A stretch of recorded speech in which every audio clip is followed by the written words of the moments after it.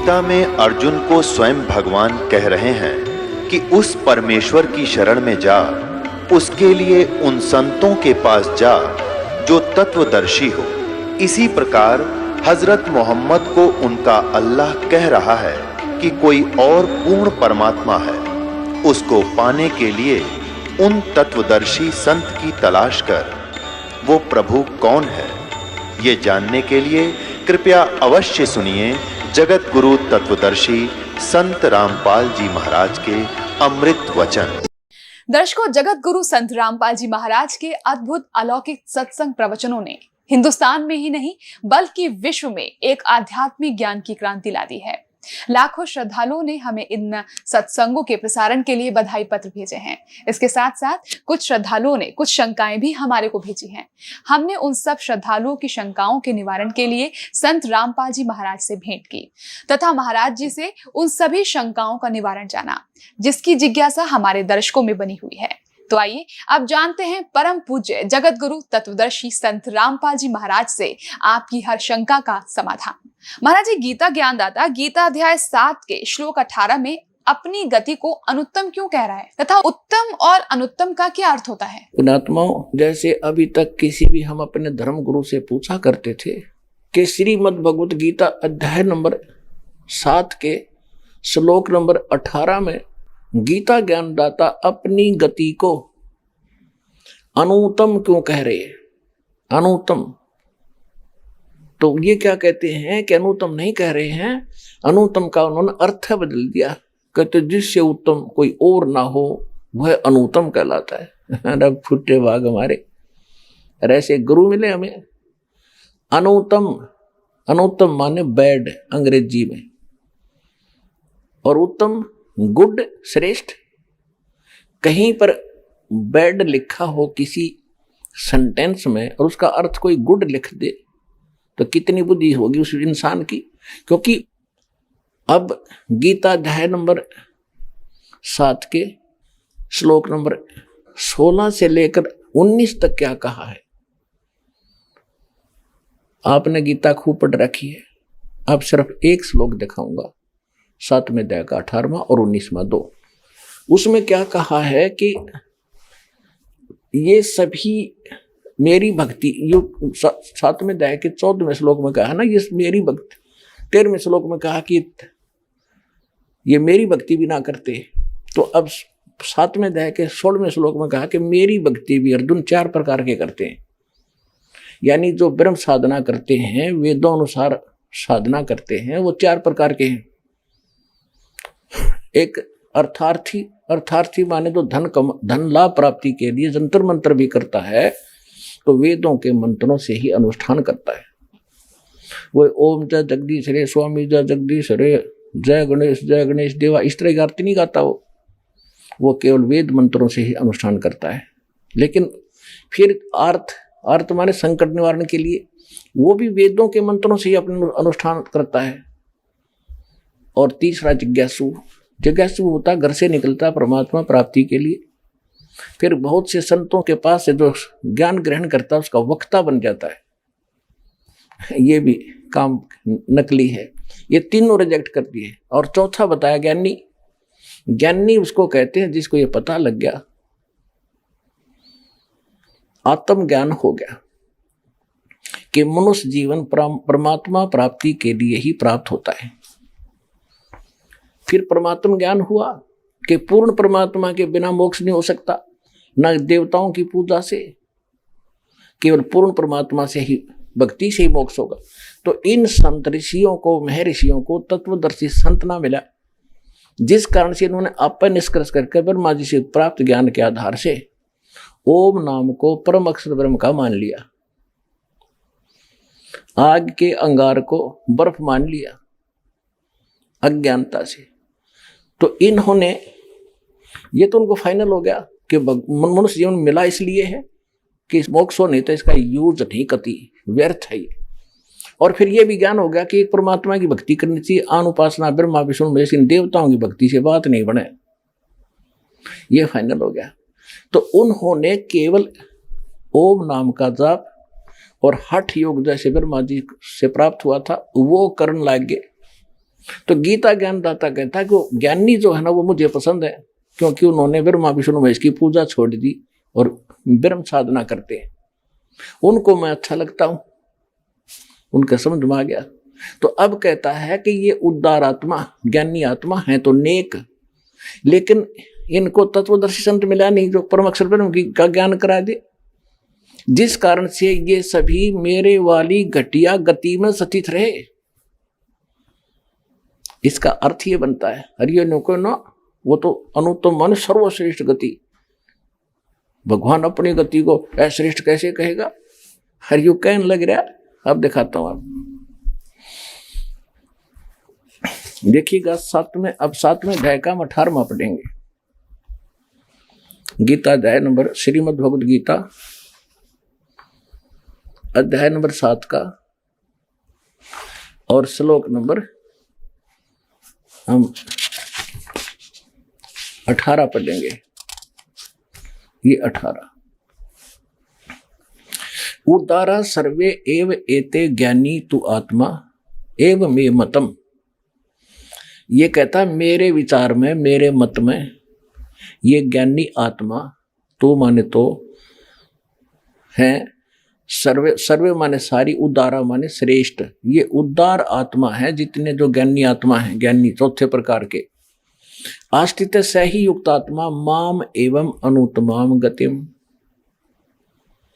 ये क्या कह रहा है कि ये सभी अच्छी आत्मा है और ये ज्ञानी मेरे विचार में, और ये लेकिन मेरे वाली माम अनुत्तम गतिम, मेरे से मिलने वाली जो गति स्थिति यानी लाभ है उस घटिया है, वह घटिया अनुत्तम अश्रेष्ठ है, उसमें ही आस्थित हैं, उसमें ये उसी में सीमित हैं, उसी पर आश्रित हैं।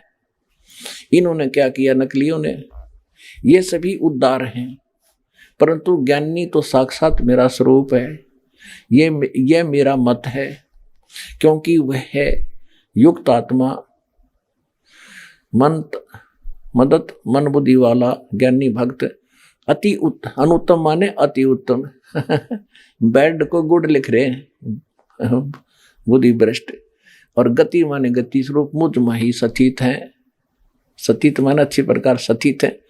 अब इसका अर्थ सीधा सा बन गया है, उद्धारा माने उद्धार है, सर्वे माने ये सारी, एव माने ये, एते माने सब, ये ज्ञानी आत्मा, ये ज्ञानी आत्मा है तो सारी उद्धार की उद्धार।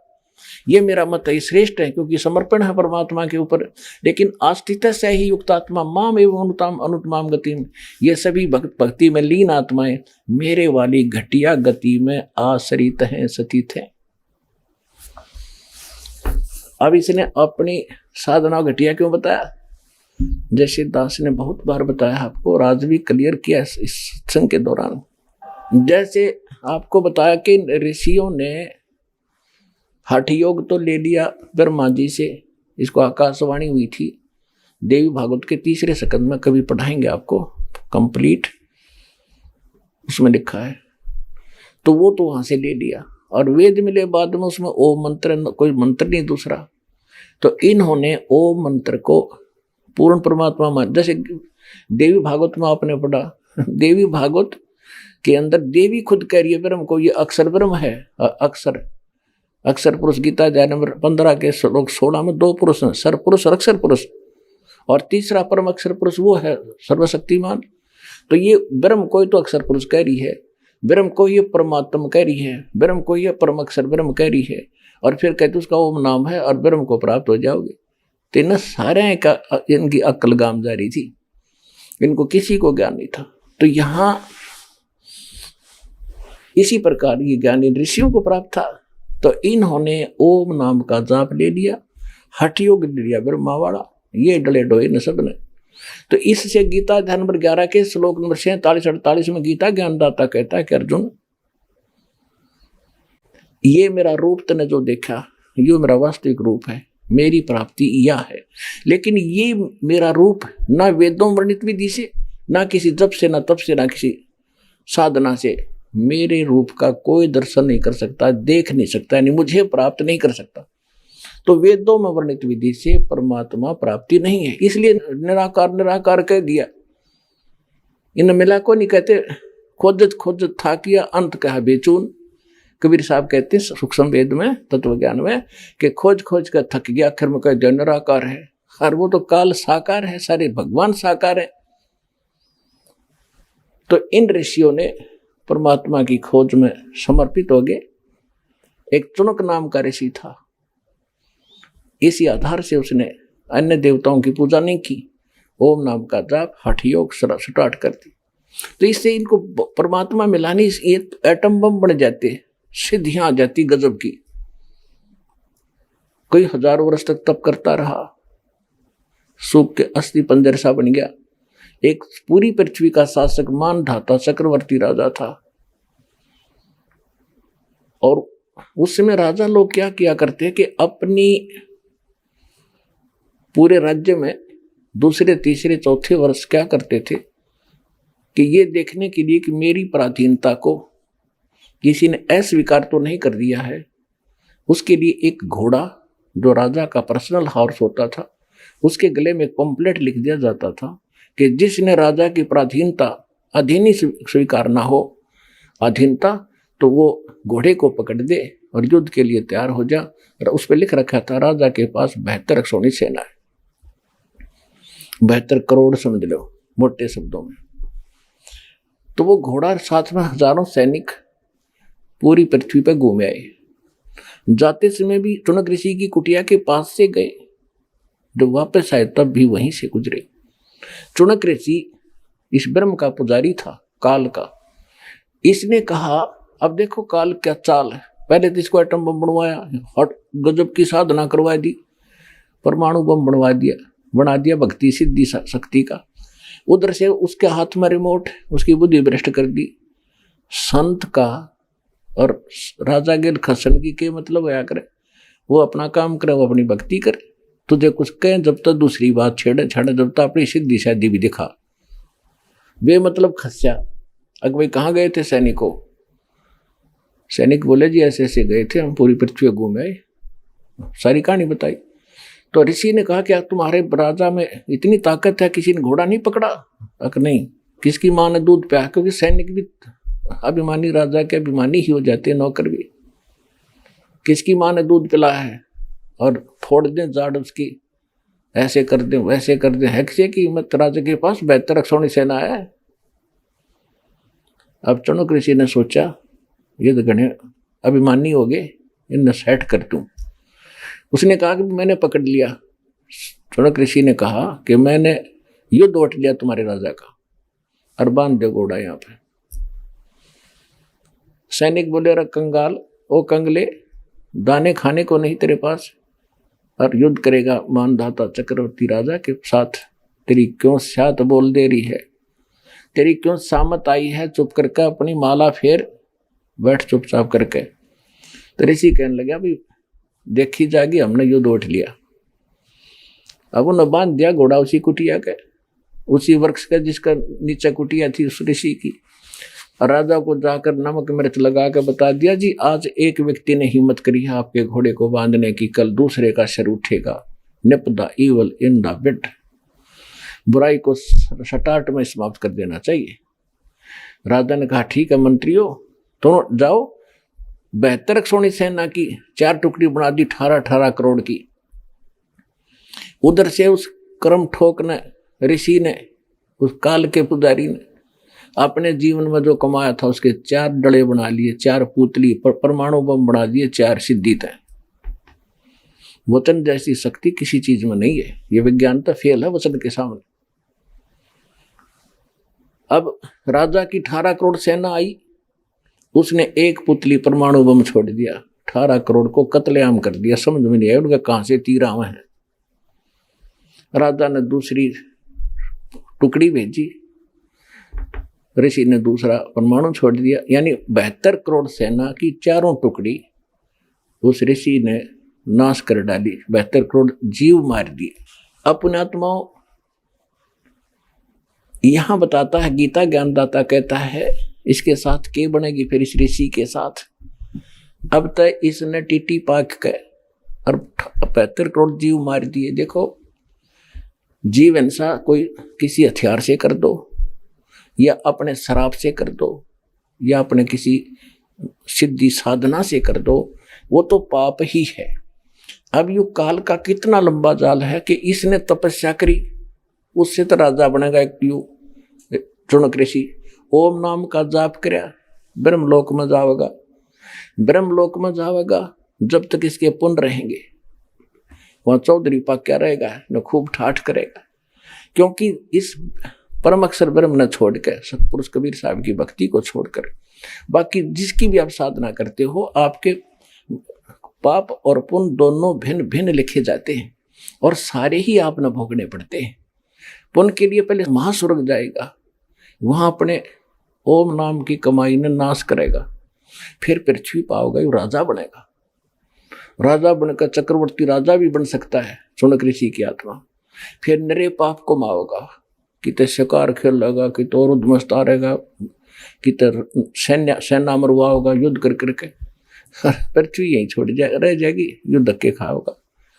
उसके बाद फिर 84 लाख योनियों में चक्कर में आओगा, यू कुत्ता बनेगा और इस कुत्ता बनकर इसके शर में कीड़े पड़ेंगे।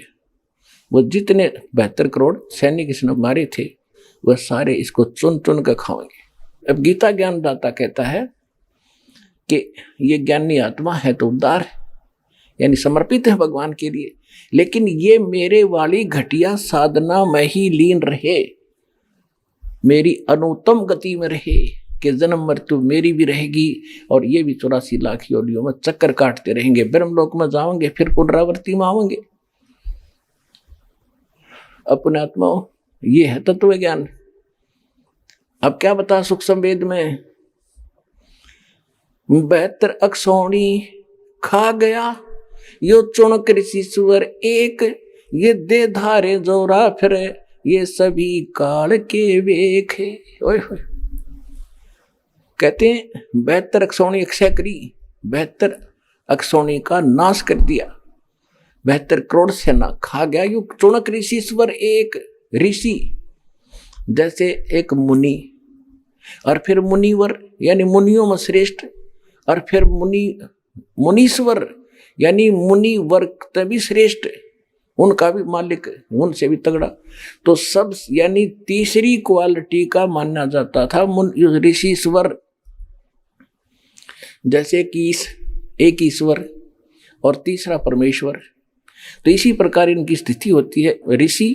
ऋषिवर ऋषियों में श्रेष्ठ, और फिर ऋषिश्वर ऋषि श्रेष्ठ, ऋषियों से भी श्रेष्ठ, यानी सबसे बढ़िया ऋषि का यू कर्म।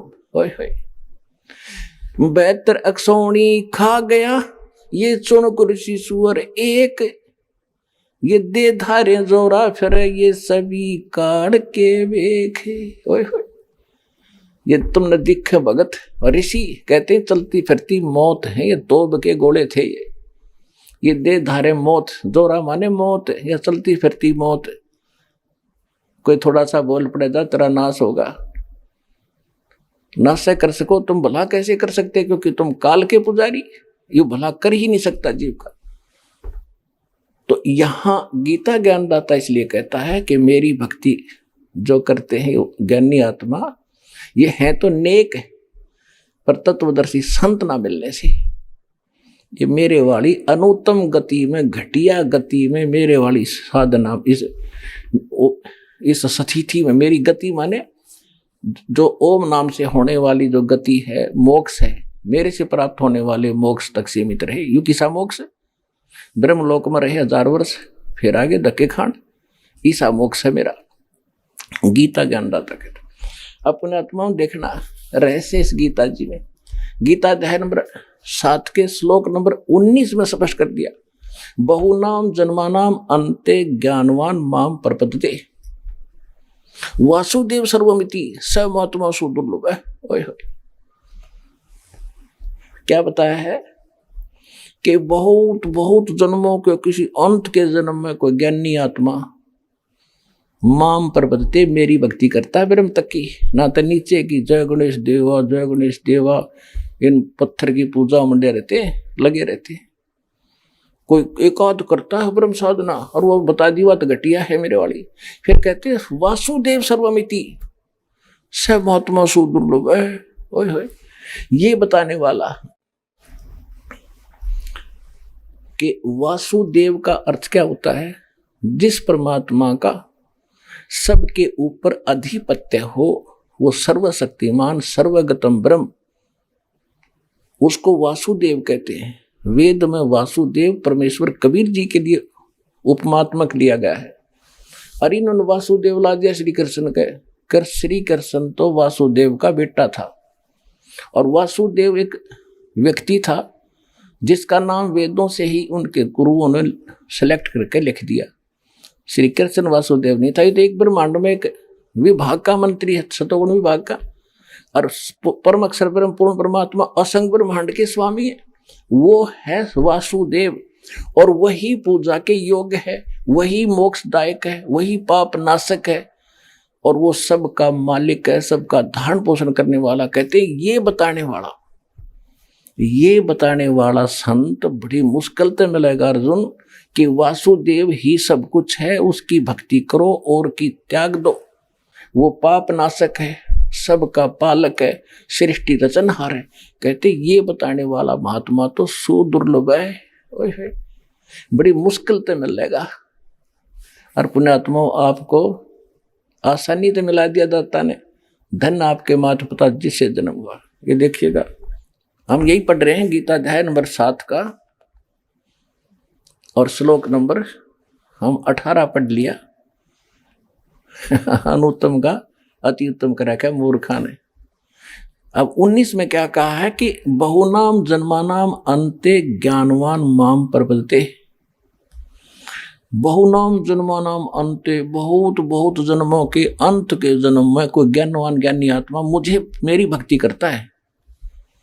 वासुदेव सर्वम इति स महात्मा सुदुर्लभ है। ओए होए, ये बताने वाला कि वासुदेव ही सब कुछ है, सर्वम, वही मालिक है, वही सबका जनक है, सबका पालक है, पाप नाशक है, भक्ति योग्य है, पूर्ण मोक्षदायक है। ये बताने वाला साधु संत तो बड़ी मुश्किल तय मिलेगा। इनका अनुवाद देखिए, बहुत जन्मों के अंत के जन्म में तत्व ज्ञान को प्राप्त पुरुष सब कुछ वासुदेव ही है।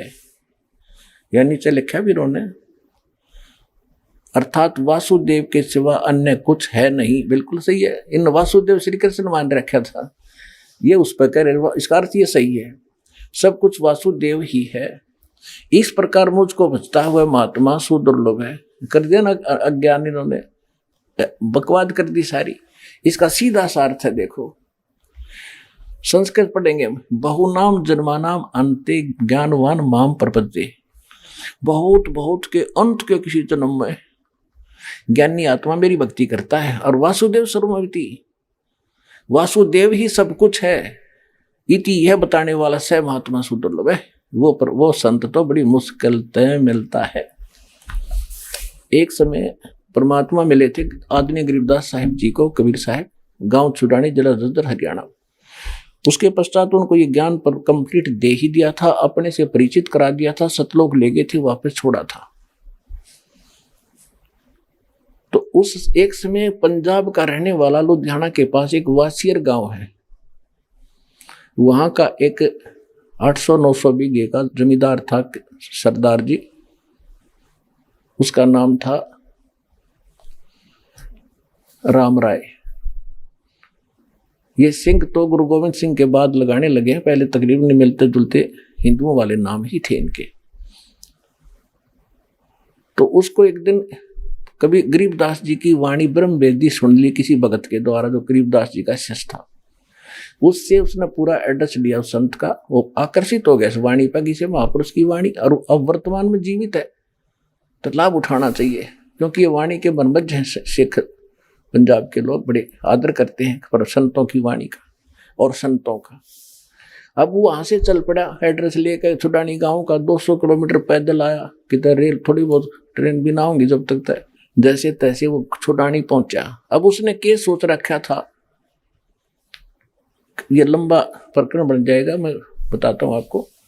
तो जब गरीबदास जी से मिला, उन्होंने ज्ञान सुना, सारा ज्ञान सुन के तो दाना दाना गिन दिया गरीबदास जी ने। तो वो कहने लगे महाराज ये ज्ञान तो आज तक किसी ने बताया नहीं हमारे को।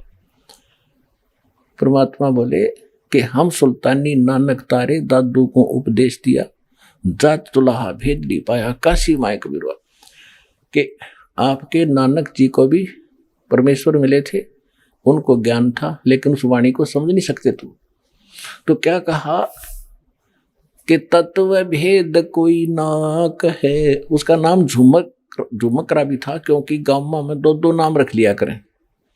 गांव में एक तो राम राय उर्फ झुमकरा, यानी वो गढ़ा डामाडोल सा दिमाग का आदमी था। एक बात ने कई बार पूछा करता, अविश्वास सा रहता था उसको, जिस कारण से गरीबदास जी ने उसको इसी नाम से पुकारा था। झुमकरा उर्फ नाम झुमकरा था। झुमकरा से ज्यादा जाना जाता आदमी जिसका शॉर्ट नाम हो ना मुंह में, वही ज्यादा प्रसिद्ध होता है। तो इसलिए अपने गरीबदास जी के ग्रंथ में एक अंग है झुमकरा, जो सरदार जी को समझाया था। क्या कहा था? तत्व भेद कोई ना कहे रे झुमकरा, ये पैसे ऊपर नाच सुनो राई झुमकरा। कोटो मध्य कोई नहीं रे झुमकरो, और वो में कोई गर्क सुनो राई झुमकरा। के तो पैसे ऊपर नाच हो रहा है, ये संत नहीं है, इनको तत्व भेद है ही नहीं, ना कोई जानता ना कह सकता। और कहते करोड़ संतों में कोई संत नहीं मिलेगा इस तत्व भेद का ज्ञाता, तत्व ज्ञान का ज्ञाता। कोई अरबों में कोई गर्क सुनो रहे झुमक रहा, अरबों में। वही हो, अब पूरे विश्व की कितनी आबादी है?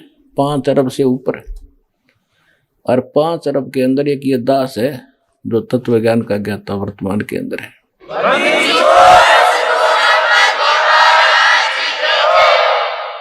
तो गरीबदास जी कहते हैं कोटो मध्य कोई नहीं रे झुमकरा।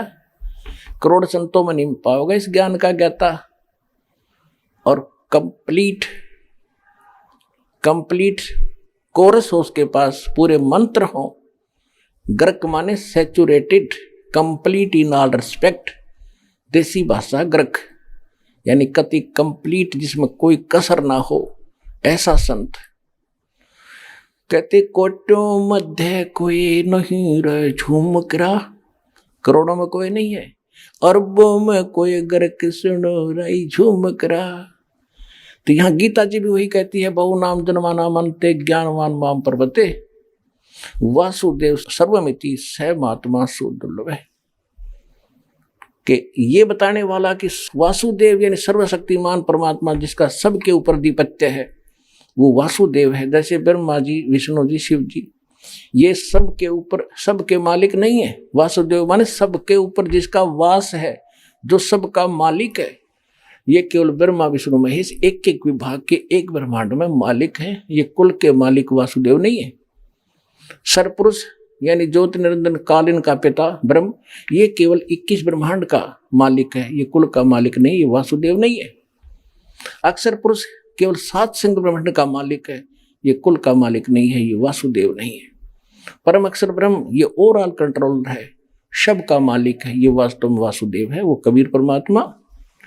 हम सुल्तानी नानक तारे दादू को उपदेश दिया, जात जुलाहा भेद न पाया, वो काशी महे कबीर हुआ। गरीबदास साहिब जी को परमात्मा ले गए थे सतलोक सचखंड, वापस छोड़ा था, तब उन्होंने बताया। नानक साहिब जी को भी परमात्मा लेकर गए थे, वापस छोड़ा। और भी दादू साहिब जी को भी, बहुत से महापुरुषों को जिनके शुभ नाम दास बार बार आपको दोहराता है। तो क्या बताया है कि अनंत कोट ब्रह्मांड का एक रति नहीं भारे, ये सतगुरु पुरुष कबीर हैं कुल के सृजनहार। वो कौन कबीर? काशी जात दुलाहा भेद नहीं पाया, काशी माए कबीर हुआ।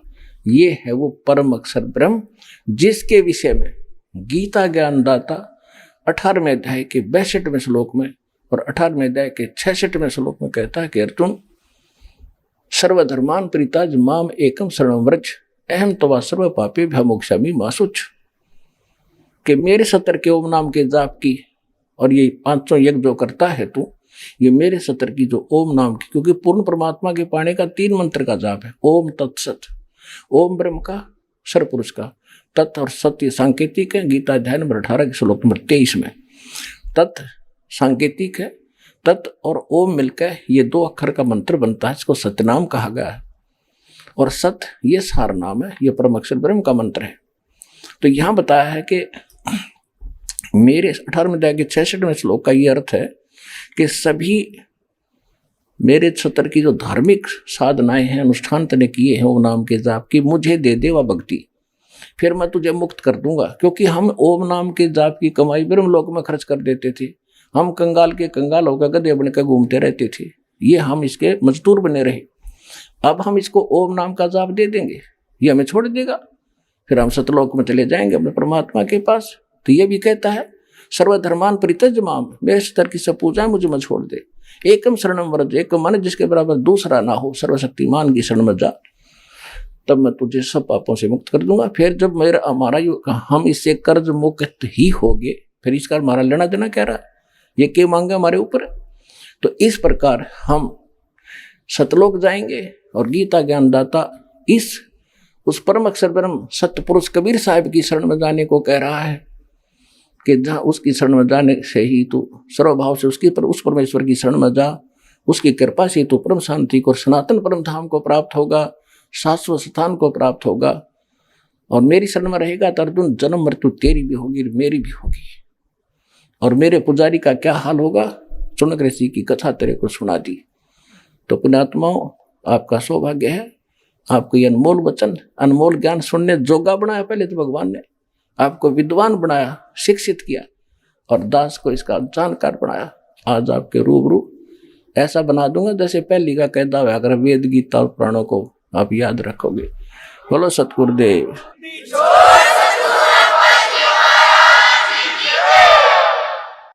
आइए अब हम उन श्रद्धालुओं के अनुभव जानते हैं जो जगत गुरु तत्वदर्शी संत रामपाल जी महाराज जी से दीक्षा प्राप्त कर चुके हैं तथा उनके द्वारा बताए गए भक्ति मार्ग पर चल रहे हैं। नमस्कार सर। जी नमस्कार। सत साहब। क्या शुभ नाम है जी आप जी का? मेरा नाम नगीना प्रसाद सिंह उर्फ नगीना दास। जब से संत रामपाल जी महाराज के शरण में आया हूँ तब से मैं अब दास हो गया हूँ। मेरा नाम है। सर कहाँ से आए आप? मैं बिहार समस्तीपुर जिला में वकालत करता हूँ, सिविल कोर्ट समस्तीपुर में। सर परम संत सतगुरु रामपाल जी महाराज की शरण में आने से पहले आप कौन सी भक्ति करते थे? मैं संत रामपाल जी महाराज के शरण में आने से पहले मैं शुरू से बचपन से मैं कबीरपंथी ही हूँ, लेकिन मुझे ये पता भी नहीं था। जब यहाँ आया हूँ इस सतगुरु के शरण में, उसके बाद मैं समझा हूँ कि कबीर साहब क्या हैं। वो पूर्ण परमात्मा है, परम अक्षर ब्रह्म है। मैं इससे पहले सिर्फ यही जानता था कि कबीर साहब एक धानक थे, छोटे से परिवार में एक शूद्र के रूप में उनको माना जाता था, और एक ऐसे मुझे सही ढंग से पता भी नहीं था जो कबीर साहब क्या हैं।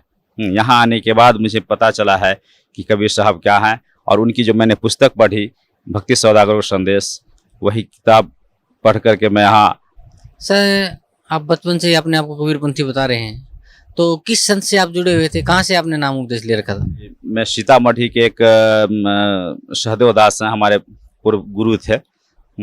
तो वही मैं बहुत बचपन में था, क्या मंत्र दिए वो भी मुझे सही ढंग से याद नहीं है। सिर्फ आते थे, एक भंडारा होता था, घूम घूम करके कभी वहाँ भंडारा खाना है, खिलाना है, बस यही मोटा मोटी समझते थे। बाकी क्या ये होता है, भक्ति क्या होती है, सही साधना क्या होता है, ये सब का कुछ ज्ञान सही ढंग से हम लोग को नहीं था। सर परम संत सतगुरु रामपाल जी महाराज की शरण आपको कैसे प्राप्त हुई? जी वही जो मैंने पुस्तक पढ़ा, और यहाँ आने का मेरा सबसे बड़ा ये हुआ कि मेरी एक भतीजी थी, भतीजी अभी है, उसका नाम है पुष्पा रानी नाम है, लगभग 12 साल की अभी है।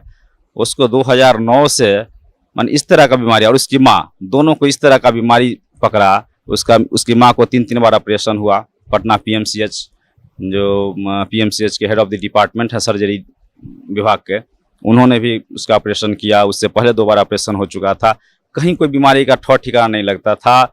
इसके बाद झाड़ फूँक करने वाले बहुत से तांत्रिक आए हमारे यहाँ, मैंने जो जहाँ कहता था वहाँ लेकर के मैं उसको जाता था, दोनों माँ बेटी को, अंत में फिर भूत प्रेत का चक्कर होने लगा, बहुत झाड़ फूक होने लगा, कहीं से कुछ नहीं। तो मैंने वही पुस्तक पढ़ा था, मैं किताब ले गया था, वही कोर्ट में मैंने किताब खरीदा था 10 रुपया में, भक्ति सौदागर संदेश, और उसको मैं तो थोड़ा कम भी पढ़ा, मेरा छोटा भाई है जिसकी बेटी और पत्नी के बारे में बतला रहा हूँ, वही उसको ज़्यादा पढ़ा करता था। और वही बतला कि ऐसे ऐसे स्टेटमेंट उसमें देखते हैं, जो ऐसे ऐसे मैंने एम्स से जो रिफ्यूज है, अपोलो से रिफ्यूज है, ऐसे ऐसे जो किसी भी तरह का भूत प्रेत का चक्कर कहीं से नहीं ठीक हो रहा है, वहाँ जाने के बाद वहाँ नाम लेना है और ठीक हो जाना है।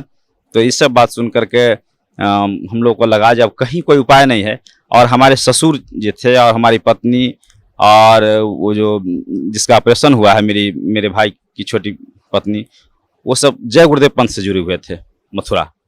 हम तो बचपन से कबीरपंथी थे, लेकिन लोग जय गुरुदेव पंथ से जुड़े हुए थे लगभग 8-9 साल पहले से। और वही हमारे ससुर जी का कहना था कि और कहीं से नहीं ठीक होगा तो अंत में तो जय गुरुदेव के यहाँ जाने के बाद ठीक हो ही जाना है, वो तो परम संत है। हालांकि हम लोग बीच में कहते थे कि इस तरह से हम लोग, क्योंकि साथ में भी हम किताब लिए थे और उस समय से उस किताब को बराबर अध्ययन करते थे हम दोनों भाई, तो हम लोग कहते थे नहीं भाई, परम संत तो वही हैं। और सतगुरु क्या मतलब, जब उसमें पढ़ते थे तो हम लोग को उसमें पहली बार हम लोग जाने कि कबीर साहब ही परम अक्षर ब्रह्म है। हाँ, और सबसे ऊपर थोड़ा आश्चर्य भी लगा कि ये सब लोग ब्रह्मा विष्णु महेश को कहते हैं, ये वो, तो ब्रह्मा विष्णु महेश से ऊपर का तो ज्ञान ही नहीं हम लोग के पास था। पहली बार पढ़ा कि ब्रह्म और पर ब्रह्म और परम अक्षर ब्रह्म, ये सब के बारे में तो पहली बार उस किताब में जाना। और उसके बाद तब कह कि तो क्या हुआ, जब हमारे ससुर साहब वो दोनों माँ बेटी को लेकर के अंत में जब कहीं से कोई चारा नहीं लगा, कोई रास्ता नहीं बचा, तो मथुरा में लेकर के आए।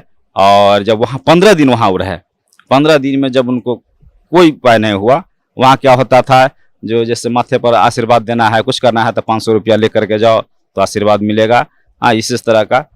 तो वहीं से उन्होंने फिर कहा कि अब तो कोई रास्ता लग नहीं रहा, हम कहे एक बार आप ट्राई करके देख लीजिए, हमने किताब में पढ़ा है जिस तरह का स्टेटमेंट, जो विश्वसनीय नहीं लगता इस तरह का स्टेटमेंट, जो आप एक बार वहीं से वहीं उधर से ही लेकर के आप जाइए यहाँ, हरियाणा जाइए। यहाँ का हम लोग को पूरा पता भी नहीं था, तो हमने एक उसी किताब में एक स्टेटमेंट है, एक राम कुमार मास्टर साहब हैं, कोई हेड मास्टर है दिल्ली के, रिटायर्ड हेड मास्टर, उन्हीं का मैंने फ़ोन पकड़ाया, उनसे पूछा कि ऐसे ऐसे आपका स्टेटमेंट हमने देखा है किताब में, क्या वो सही है या कुछ बढ़ा चढ़ा करके दिया गया है, क्या है। तो उन्होंने बतलाया कि नहीं, एकदम उस परमात्मा की शरण में आप चले जाइए, एकदम यहाँ से जिंद के लिए गाड़ी पकड़िए, जिंद से वहाँ उनकी गाड़ी आती है, आप एकदम चले जाइए, चुपचाप चले जाइए, और जो भी हो, प्रेत बाधा हो, बीमारी हो, किसी भी प्रकार का कोई बात होगा तो वहाँ आप चले जाइए और एकदम वहाँ ठीक होना ही है।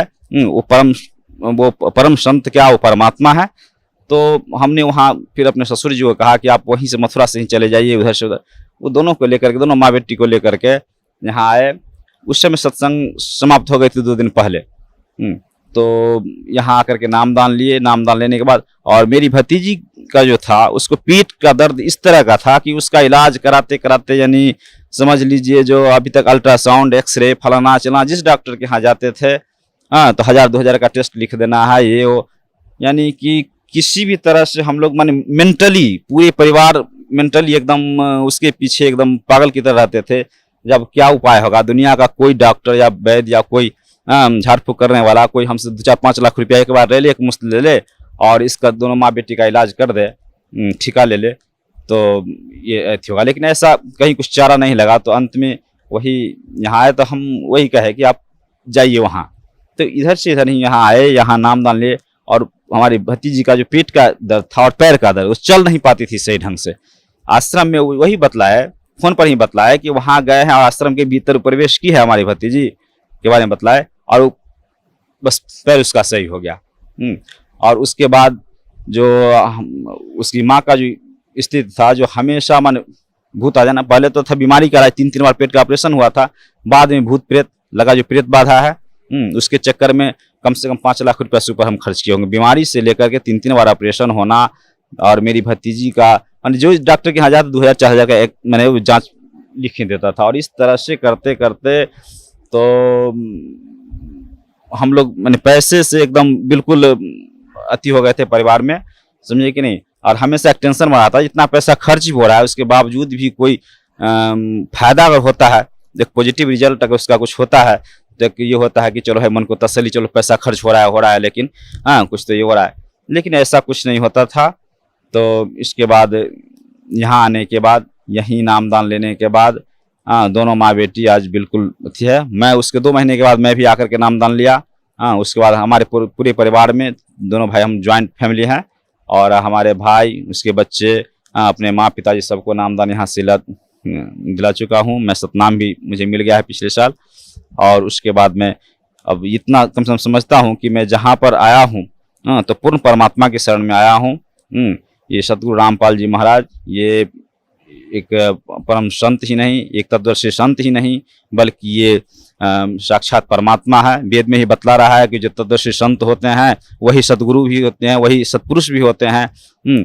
तो ये इनको मैं एक कबीर साहब, चूंकि मैं तो पहले जानता भी नहीं था कि कबीर साहब ही सत्पुरुष है, लेकिन अब मैं जान रहा हूँ इन्हीं के दिए हुए ज्ञान से सारे।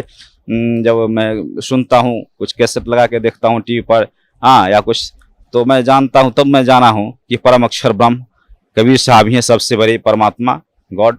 और उन्हीं का ये मैंने दूसरा रूप, ये चोला बदल करके यही है। और सर, परम संत सतगुरु रामपाल जी महाराज से नाम उपदेश लेने के बाद आप बता रहे हैं कि जो आपकी भतीजी की लाइलाज बीमारी थी वो आश्रम के अंदर आते ही ठीक हो गई, और आपकी जो भाभी थी, आपके छोटे भाई, आपके भाई की जो मिसेज थी, तो उसकी भी जो आप बीमारी कहीं नहीं ठीक हो रही थी, ना डॉक्टरों से, ना झाड़ फूक वालों से। इवन दो तो आप उसको आगरा मथुरा में भी लेके गए, जय गुरुदेव पंथ में, जहाँ पे आपके जो फादर इन लॉ जुड़े हुए थे, और वो कह रहे थे कि धरती पे यदि कहीं इलाज नहीं हो तो मथुरा में होएगा।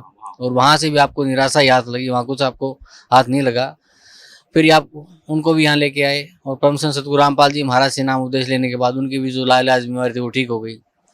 तो सर, भगत समाज को क्या संदेश देना चाहते हैं आप? यही मैं संदेश देना चाहता हूँ कि यहाँ हरियाणा, जिला हिसार हरियाणा, बरवाला में संत रामपाल जी महाराज की शरण में आवें। यही परम संत और परमात्मा भी हैं, और इन्हीं के शरण में आवे। पूरी पृथ्वी पर, चूँकि मैं और भी अन्य धर्म गुरुओं का मैंने सुना है, इनके साथ ज्ञान चर्चा भी मैंने सुना है, तो ज्ञान किसी के पास नहीं है। ज्ञान अगर है तो सिर्फ ये हमारे सतगुरु संत रामपाल जी महाराज के पास है। और तत्व ज्ञान से परिचित हो, पहले समझे, नहीं अगर उसको अथी हो तो बार बार सत्संग में आवे, उसमें कोई रोक नहीं है। और सत्संग में आकर के तत्व ज्ञान को समझे, और तत्व ज्ञान को समझने के बाद तब इनसे नामदान उपदेश लेकर के और अपना जीवन सफल करे। क्योंकि ज्ञान का अगर कहीं इस पूरी पृथ्वी पर अगर ज्ञान है तो सिर्फ यहाँ है, इस बरवाला ये सतलोक आश्रम में है। और यहीं से अपना उद्धार करावे, सतलोक जाए, मोक्ष को प्राप्त हो, मुझे नहीं। और सही साधना यही है।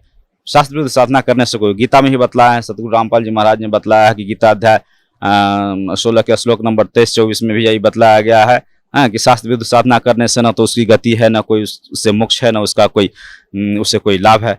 इसलिए देखा देखी करने से, अब जैसे कुछ कर रहा है, जैसे हम लोग यहाँ जुड़े हुए हैं तो बहुत लोग दुसते हैं, हंसते हैं, बहुत लोग कहते हैं पागल हो गया, पूरा परिवार पागल हो गया, ये कहाँ न कोई प्रकार का तीर्थ करता है, न व्रत करता है, न कुछ करता है। तो इसी तरह की बहुत प्रकार से हम लोग को तिरस्कृत भी किया जाता है, लेकिन सबको मैं यथोचित जवाब भी देता हूँ। चूँकि सतगुरु का मैं सत्संग हमेशा सुनता हूँ, और इससे कुछ जो ज्ञान अर्जित हुआ, इससे सभी को मैं मुंहतोड़ जवाब भी देता हूँ। लेकिन फिर भी लोग मानने के लिए तैयार नहीं होते हैं। लेकिन फिर भी मैं सबसे रिक्वेस्ट भी करता हूँ, या किसी भी तरह डिस्कस भी करता हूँ कभी, तो कम से कम इतना जरूर कहता हूँ कि जाओ और वहाँ से अपना कल्याण कराओ। क्योंकि तत्वदर्शी संत आए हुए हैं पृथ्वी पर, और तत्वदर्शी संत हैं वही परमात्मा है। ये वेद भी बतलाता है, ये गीता में भी बतलाया गया है कि जो तत्वदर्शी संत हैं, जो ब्रह्म भी बतला रहा है, गीता में बतला रहा है कि जो परम अक्षर ब्रह्म जो है उनकी शरण में जा, उनकी पूजा कर। अर्जुन को करा जो उनकी पूजा कर। 18 अध्याय का श्लोक नंबर 62 में करा कि तमेव शरणम गच्छ सर्वभावेन भारत तत्प्रसादात् परां शांति स्थान प्राप्यसि शाश्वतम। तो इस तरह से, और वो ब्रह्म ये भी बतला रहा है कि उसका ज्ञान मैं नहीं रखता हूँ, वो ज्ञान किस तत्वदर्शी संत से पूछ। तो तत्वदर्शी संत, क्योंकि अभी तक मैंने जितना भी देखा है, इनका कैसेट देखा है, इनका सत्संग सुना, उससे तो ये स्पष्ट है कि तत्वदर्शी संत यही हैं। किसी दूसरे के पास तो तत्व ज्ञान है ही नहीं। तत्वदर्शी संत यही हैं। और तत्वदर्शी संत के बारे उसी गीता में ये भी बतला रहा है कि तत्वदर्शी संत हैं वही सच्चिदानंद घन ब्रह्म के बारे में बतला है कि वो तत्वदर्शी संत हैं वही, जो ब्रह्म भी उनके बारे में नहीं जानता है। इतना तक कह रहा है कि मैं भी उन्हीं का शरण हूँ लेकिन मैं उनके बारे में नहीं जानता हूँ। उसके लिए किस तत्वदर्शी संत की खोज? तो तत्वदर्शी संत यही हैं और इनसे नाम दान लेकर के यहीं से अति करके और अपना मोक्ष करावे, अपना कल्याण, अपना जीवन सफल बनावे। यही हमारा भक्त समाज से यही मेरा संदेश है। यही जी, धन्यवाद आपका भाई साहब, बहुत बहुत धन्यवाद। नमस्कार सर। नमस्कार सर, क्या शुभ नाम है जी आप जी का? मेरा नाम गणपत दास है। सर कहाँ से आए आप? मैं ग्राम हरंदिया, पोस्ट गौरुआ, जिला भोजपुर, बिहार का रहने वाला हूँ। ऐसे मैं दिल्ली में रहता हूँ। सर परम संत सतगुरु रामपाल जी महाराज की शरण में आने से पहले आप कौन सी भक्ति करते थे? मैं श्री रामचंद्र जी के बारे में बहुत सारा पढ़ रहा था और शोध भी कर रहा था और ब्रह्मा विष्णु महेश का भी मैं पूजा कर रहा था और विशेष करके मैं शंकर भगवान को बहुत जलोल चढ़ाया करता था। हमेशा सावन के महीने में सोमवार जितने मंगल व्रत वगैरह जितने हनुमान जी के भी शनिवार के दिन और मंगलवार के दिन मैं हमेशा 15 बरस की उम्र से मैं करना स्टार्ट कर दिया था और मैं श्री रामचंद्र जी के धनुषधारी के मैं भक्ति करता था। तो सर जो ये भक्ति आप करते थे इन देवी देवताओं की, ब्रह्मा विष्णु महेश की, शिव जी की, इस भक्ति से आपको क्या लाभ मिलता था?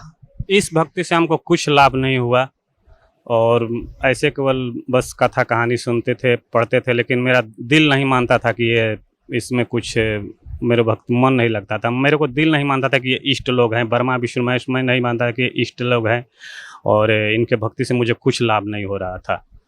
सर फिर आप परम संत सतगुरु रामपाल जी महाराज की शरण में कैसे आए?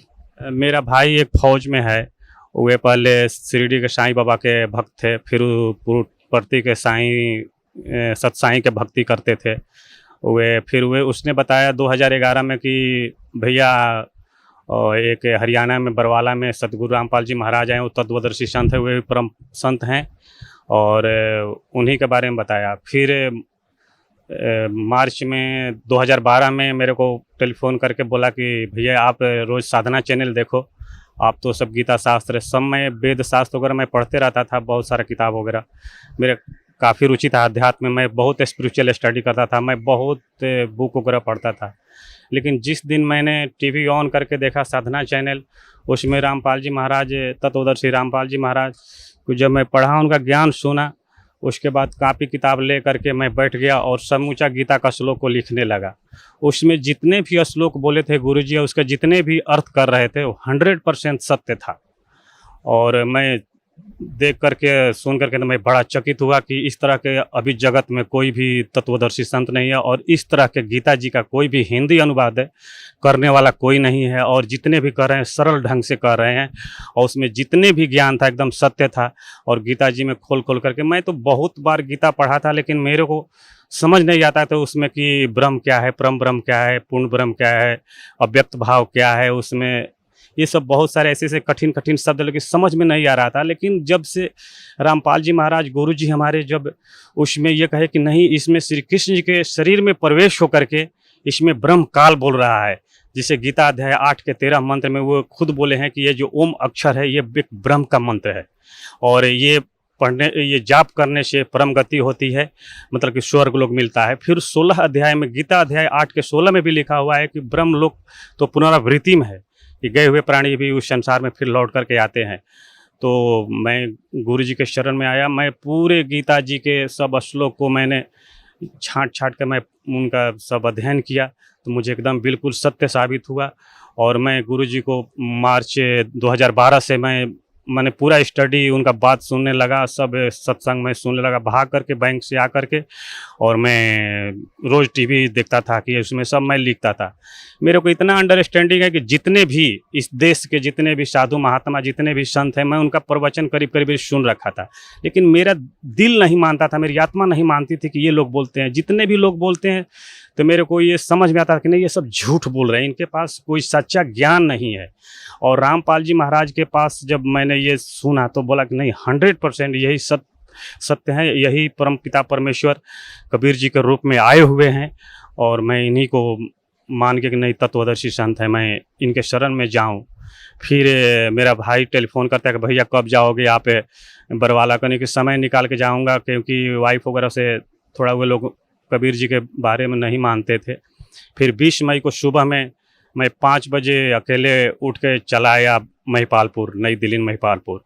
वहाँ आते हुए मेरे को एकदम न्यू मारुति गाड़ी शोरूम से आई और मैं उसी गाड़ी में बैठ गया और आकर के मैं वे ISBT जो बस अड्डा है न्यू दिल्ली में, मैं वहाँ पर उतर गया। फिर वहाँ से जींद के लिए गाड़ी पकड़ लिया। जींद से फिर मैं बरवाला आया। बरवाला आने के बाद में गुरुजी का गाड़ी दिखाई दिया। फिर मैं जल्दी जल्दी उसमें बैठ गया। फिर आकर के गुरुजी को देखा तो मेरे को वही लगा कि परमपिता परमेश्वर सचमुच गुरुजी वही हैं जो टीवी में दिखाई दे रहे हैं, जो सत्य ज्ञान दे रहे हैं। मैं बहुत नाम दाम ले लिया। उसके बाद गुरुजी से मैं मिला और सब गुरुजी से बताया। गुरुजी ऐसे ऐसे, मैं खूब रोया उस दिन। गुरुजी आपसे कोई बढ़ करके नहीं है, यहाँ इस धरती पर या ब्रह्मांड में गुरुजी से कोई अच्छा ज्ञान देने वाला कोई नहीं है। यही तत्वदर्शी संत हैं और कबीर जी के रूप में आए हुए हैं। और तत्वदर्शी संत के बिना मिला ज्ञान को उपदेश बिना कल्याण होने वाला नहीं है मानव समाज को, मानव जाति को। सर, पहले आप जो भक्ति करते थे उससे आपको कोई लाभ नहीं मिला, उसके बाद आप परम संत सतगुरु रामपाल जी महाराज की शरण में आए और परम संत सतगुरु रामपाल जी महाराज ने आपको भक्ति दी। उस भक्ति का आपको क्या लाभ मिला? मुझे तो बहुत ये हुआ कि मेरा जो दोनों हाथ में मेरा ये फिजियोथेरेपी हो रहा था, ये सब हाथ से उठ नहीं रहा था। 2011 में ये पूरे हाथ उठ नहीं रहा था। फिर 2012 में भी ये हाथ में हो गया और मैं डॉक्टर सभी बोल रहे थे कि आप शुगर का चेक कराओ, आपको शुगर हो गया। मैं डर के मारे शुगर का टेस्ट नहीं करा रहा था। फिर भी मैं एक दिन क्या किया कि शुगर का टेस्ट करा ही लिया, लेकिन शुगर हमारा बढ़ गया था और बहुत ये दर्द हो रहा था। फिर मैं उस टाइम से मैं चीनी उनी खाना सब छोड़ दिया, चावल वगैरह भी खाना सब छोड़ दिया। अब मैं बोला कि हे भगवान कोई भी रोग दे दो, लेकिन ये फिजियोथेरेपी ये जो मैं 6-6 महीना मैं ये हाथ सब राम मनोहर लोहिया में मैं कराता रहा 6-6 महीना तक, लेकिन नहीं। फिर मेरा भाई कहा कि भैया आप नाम दाम ले लो, सब ठीक हो जाएगा। गुरु जी की कृपा से हमारा ये आते हुए यहाँ पर नाम दाम लेने के बाद में मैं बोल दिया कि मेरा तो गुरु जी चिनिया रोग है गोरा। फिर मैं खाने गया तो यहाँ बहुत चावल वगैरह भी था, तो सब भक्त लोग बताए कि खाओ, आप कुछ भी खाओगे आपको कुछ नहीं होगा। उस टाइम में बहुत खीर अच्छा बना हुआ था। मैं तो रो रो करके किसी तरह से मैं बोला कि पता नहीं क्या होगा। लोग बोले कि नहीं डरो मत, आप कुछ भी खा सकते हो, गुरु जी के शरण में आओगे आपका कुछ नहीं होगा। फिर मैं खाना स्टार्ट कर दिया। उसके बाद में मेरे को आज तक से अभी तक से कोई रोग नहीं हुआ। मुझे बुखार भी नहीं आया, चाहिए करके कुछ भी रोग नहीं हुआ है। मुझे पहला नंबर तो बहुत शांति मिली है। मुझे इस स्तर का ज्ञान मिला कि मैं क्या कहूँ, इस धरती ब्रह्मांड में कोई नहीं है। मैं कोई भी अगर लेक्चर देता है तो मैं टिप्पणी कर देता कि नहीं ये अशुद्ध बोल रहे हैं, ये कर रहे हैं, क्योंकि मैं 1983-84 से BBC लंदन वगैरह सब मैं सुनते रहता था। अब पूरे 15 वर्ष की उम्र क्या 10 वर्ष से मैं अध्यात्म स्पिरिचुअल स्टडी से मैं जुड़ गया था। श्री रामचंद्र जी के बारे में ये करना, फिर श्री रामचंद्र जी के गायत्री मंत्र, सूर्य भगवान के गायत्री मंत्र, शंकर भगवान को ओम नमः शिवाय, हमेशा शुभ सोमवार को मंगलवार को, मैं क्या बताऊं, लेकिन मेरे को कोई लाभ नहीं होता। लेकिन गुरु जी के शरण में आते हुए मुझे ये प्रथम बार लाभ ये हो कि मुझे पूर्ण ज्ञान मिल गया, मुझे एकदम शांति मिल गई। तो मैं किसी को नहीं समझता था कि कोई मेरे को हरा सकता है इस ज्ञान में कि ये स्पिरिचुअल स्टडी में, क्योंकि मैं सब वेद शास्त्र पढ़ रखा था। सत्संग भी मैं कर रहा था 1990 से, जब मैं 17 साल का था तो उसमें वे लोग केवल राम कथा पढ़ाते थे। मैं बोला था बाबा से कि आप राम कथा सब ये होता है, ये सत्संग थोड़े है, सत्संग में तो सत कथा होनी चाहिए उसमें परमपिता परमेश्वर की। लेकिन वो बोले कि नहीं यही सत्संग है। एक दिन की बात है कि 2000 की बात है कि मैं कबीर भवन एक है महिपालपुर में, वहाँ से मैं गुजर रहा था। कबीर बाणी को मैं शुरू से 4थे क्लास 5वां क्लास ले पढ़ रहा था। फिर ग्रेजुएशन करते हुए मैं सोचा कि कबीर साहब इतने बढ़िया बाणी बोलते हैं, लोग उनको धानक कहते हैं। तो मुझे बड़ा दुख होता था कि कबीर साहब को धानक, मेरे तो बड़ा गुस्सा आती थी कि ये कितना पवित्र ज्ञान है, कितना अच्छा बाणी बोल रहे हैं। फिर मेरे को महिपालपुर में पता नहीं गुरु जी मिले या कौन मिला, उसने बोला कि गुरु गोरखनाथ जी तो त्रिशूल पर अपने बैठ गए थे ज्ञान के लिए। वहाँ पर कबीर साहब ने ऐसे करके अपना धागा ऊपर फेंका और 64 फीट पर बैठ गए।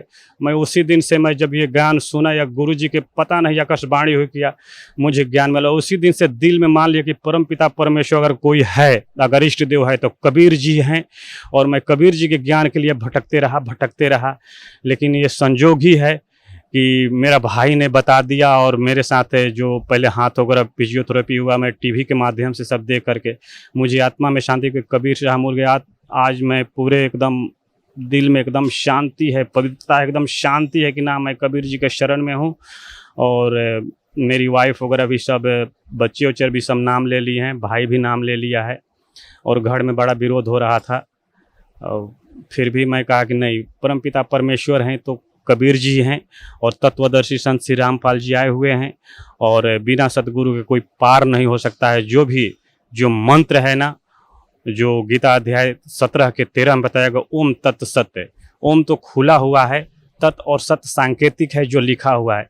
हम गुरु बाणी भी पढ़ते थे, गुरु नानक जी के सब, मैं कहाँ कहाँ नहीं गया, मंदिर मस्जिद ग्वारे शंकर भगवान के जितने भी मंदिर हैं, दिल्ली से लेकर के पूरे बिहार के जितने भी बड़े, मैं जगन्नाथपुरी में 8 दिन रहा हूँ, वहाँ भी मैंने वहाँ गाय के घी चढ़ाया वगैरह करके, लेकिन उतना नहीं था, लेकिन मैं बड़ा रोता था, लेकिन शांति कहीं नहीं मिलती, ज्ञान नाम की चीज़ कहीं नहीं था, जो कि बरवाला आश्रम में है। यहाँ पर जो गुरु जी पढ़ा रहे हैं, वेद दिखा रहे हैं, गीता जी पढ़ा रहे हैं, इतने स्पष्ट और सरल ढंग से हिंदी में अनुवाद कर देते हैं कि क्या कोई करेगा, उतना तो कोई विद्वान भी नहीं कर सकता, ये परमपिता परमेश्वर ही कर सकते हैं, और दूसरा कोई नहीं कर सकता है। सर, पहले जो भी आप भक्ति करते थे तीनों देवताओं की, उससे आपको कोई लाभ नहीं मिला, फिर आपको परम संत सतगुरु रामपाल जी महाराज की शरण प्राप्त हुई, उन्होंने आपको नाम उपदेश दिया, तो पहला तो आप बता रहे हैं कि आपको जो मन की शांति मिली, फिर आपको परमात्मा प्राप्ति का वो मार्ग मिला, आपको पता चला कि इष्ट देव कबीर जी ही हैं। सर, फिर आपका जो रोग था, दोनों हाथ आपके काम नहीं करते थे, आपका वो ठीक हुआ, और मुक्ति का मार्ग परम संत सतगुरु रामपाल जी महाराज ने आपको दिया। तो सर, भक्त समाज को क्या संदेश देना चाहते हैं आप? भक्त समाज को यही संदेश देना होगा कि जितना जल्दी से जल्दी हो सके, ये समय जो है नष्ट हो रहा है, आप जितना से जितना भी जल्दी हो सके सतगुरु रामपाल महाराज से आकर के नाम दीक्षा लीजिए। बरवाला आश्रम जो हिसार में है, हिसार के नज़दीक में है, हरियाणा में, और अपना कल्याण कराइए। दूसरे को सुनने से नहीं है, आप खुलेआम देख रहे हैं कि वेद में सब लिखा हुआ है, ये परम पिता परमेश्वर कबीर हैं, कबीर मनीषी हैं। ये यजुर्वेद अध्याय 40 के मंत्र नंबर 8 में लिखा हुआ है, यजुर्वेद अध्याय 5 के 32 मंत्र में स्पष्ट लिखा हो, तो बंदी छोड़वाई है। सब ऋग्वेद मंडल में, सब में जो गीता जी में लिखा हुआ है, इतने जितने भी ये वेद को और अनुवाद किए हैं, ये स्वामी दयानंद सरस्वती, ये सब कबीर देव को सर्वज्ञ कहते हैं। बताइए, कोई गाय को भैंस कह सकता है? नहीं कह सकता है ना। लेकिन ये सब झूठी हैं, इनको मान बढ़ाई है, सब नकली, सब ये ब्राह्मण लोग ये सब देश को बर्बाद कर दिए, भूत पूजा पुजवा कर सबको नष्ट कर दिए समाज में। ये बड़ा मेरे को बुरा लगता है। मैं समाज से कहूँगा कि जितना जल्दी हो सके, जितना से जल्दी हो सके श्री रामपाल जी महाराज के पास शरण में आइए और अपना नाम दाम लेकर के कल्याण करवाइए। और मैं अब क्या बताऊं, इनको जल्दी, जितना से जल्दी हो सके परमपिता परमेश्वर शरण में आइए और अपना कल्याण कराइए। इसी में सबका कल्याण है। सत्साई जी, धन्यवाद आपका बहुत बहुत sir, thank you so much.